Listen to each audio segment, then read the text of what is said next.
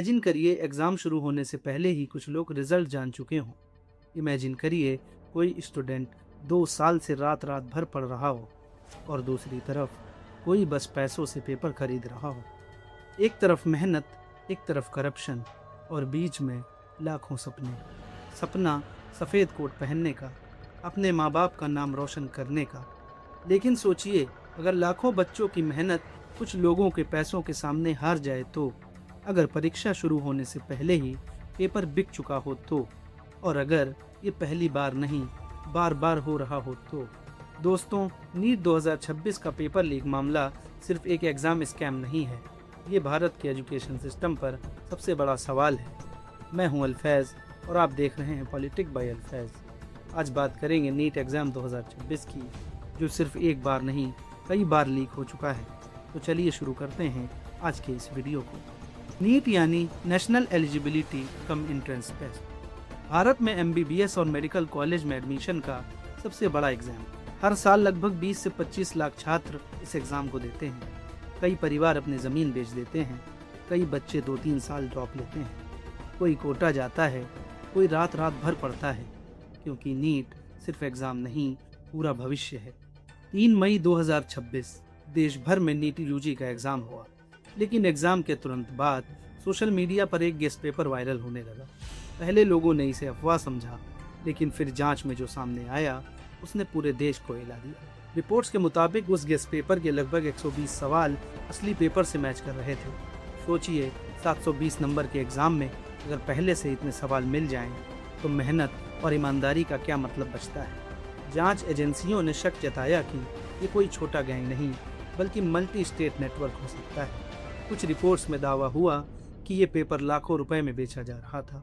शुरुआत में NTA यानी नेशनल टेस्टिंग एजेंसी पर सवाल उठे, फिर भारी विवाद के बाद नीट UG 2026 को कैंसिल कर दिया गया। अब दोबारा परीक्षा कराने की बात सामने आई है, लेकिन यहाँ सबसे बड़ा सवाल ये था, क्या हर बार लीक होने के बाद सिर्फ री एग्ज़ाम ही सॉल्यूशन है? जो बच्चा ईमानदारी से पढ़ रहा था, उसकी मेंटल हेल्थ का क्या, उसकी मेहनत का क्या? अगर आपको लगता है कि ये पहली बार हुआ है तो रुकिए, 2024 में भी पूरा देश नीट कंट्रोवर्सी देख चुका है। 5 मई 2024 को नीट का एग्ज़ाम हुआ, फिर अचानक रिजल्ट जल्दी घोषित कर दिए गए और सबसे ज़्यादा शॉक तब लगा जब 67 स्टूडेंट्स को फुल मार्क्स मिले। सोशल मीडिया पर सवाल उठने लगे। फिर बिहार के पटना में पेपर लीक रैकेट का खुलासा हुआ। पुलिस ने कई लोगों को गिरफ्तार किया, जिनमें स्टूडेंट्स भी शामिल थे। रिपोर्ट्स के मुताबिक कुछ छात्रों से 30 से 50 लाख रुपए तक लिए गए थे। फिर CBI इन्वेस्टिगेशन शुरू हुई। जांच में ये भी सामने आया कि क्वेश्चन पेपर चोरी छिपे स्ट्रांग रूम से निकाले गए, उनकी फोटो खींची गई और फिर सील दोबारा लगाई गई। सुप्रीम कोर्ट तक मामला पहुंचा।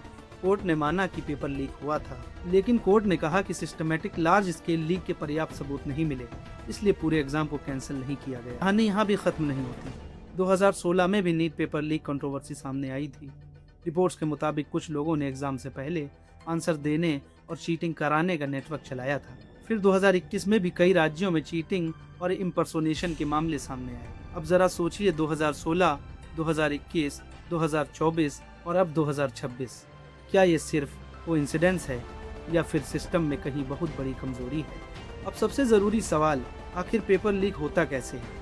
इन्वेस्टिगेशंस और पुराने मामलों के अनुसार ये पूरा नेटवर्क कई लेयर्स में काम करता है। Layer 1, inside access, strong room, printing press, transport, exam centre.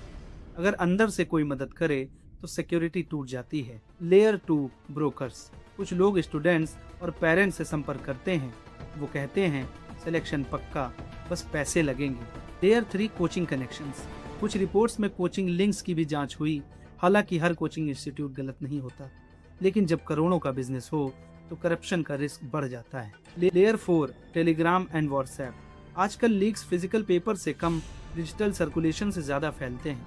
PDF, Telegram channels, WhatsApp groups कुछ ही मिनटों में पूरे देश में फैल जाते हैं। सबसे बड़ा नुकसान किसका? सरकार का, NTA का या कोचिंग माफिया का? नहीं दोस्तों, सबसे बड़ा नुकसान उस स्टूडेंट का होता है जो ईमानदारी से पढ़ रहा था। कल्पना कीजिए, एक बच्चा गांव में बैठकर बिजली कटने के बावजूद पढ़ रहा है और दूसरी तरफ कोई पैसे देकर पेपर खरीद रहा है। क्या दोनों बराबर हैं? नीट 2026 लीक के बाद कई नेताओं ने सरकार पर सवाल उठाए। राहुल गांधी ने कहा लाखों स्टूडेंट्स का फ्यूचर दांव पर लग गया है। ऑपोजिशन ने आरोप लगाया कि एग्जाम सिस्टम केओस में बदल चुका है। वहीं सरकार और एजेंसीज ने कहा कि दोषियों पर कार्रवाई होगी और रिफॉर्म्स लाए जाएंगे। ये सवाल अब खुलकर पूछा जा रहा है कि 2024 में controversy, UGC net cancellation, CUET glitches और अब 2026 लीक एलिगेशंस। कई एक्सपर्ट्स का मानना है कि भारत के एग्जाम सिस्टम को पूरी तरह मॉडर्नाइज करने की ज़रूरत है। आइए दोस्तों बात करते हैं कुछ सॉल्यूशंस की। यानी सॉल्यूशंस क्या हो सकते हैं। पहला, computer based exam. Offline papers में लीक होने का खतरा ज़्यादा होता है। अगर सिक्योर कंप्यूटर बेस्ड सिस्टम बने तो रिस्क कम हो जाता है। दूसरा, स्ट्रॉन्ग इंक्रिप्शन। क्वेश्चन पेपर को लास्ट मिनट तक इंक्रिप्टेड रखना होगा। तीसरा, AI monitoring. Suspicious activity detect करने के लिए एआई सर्विलेंस इस्तेमाल हो सकता है। चौथा, फास्ट इन्वेस्टिगेशन।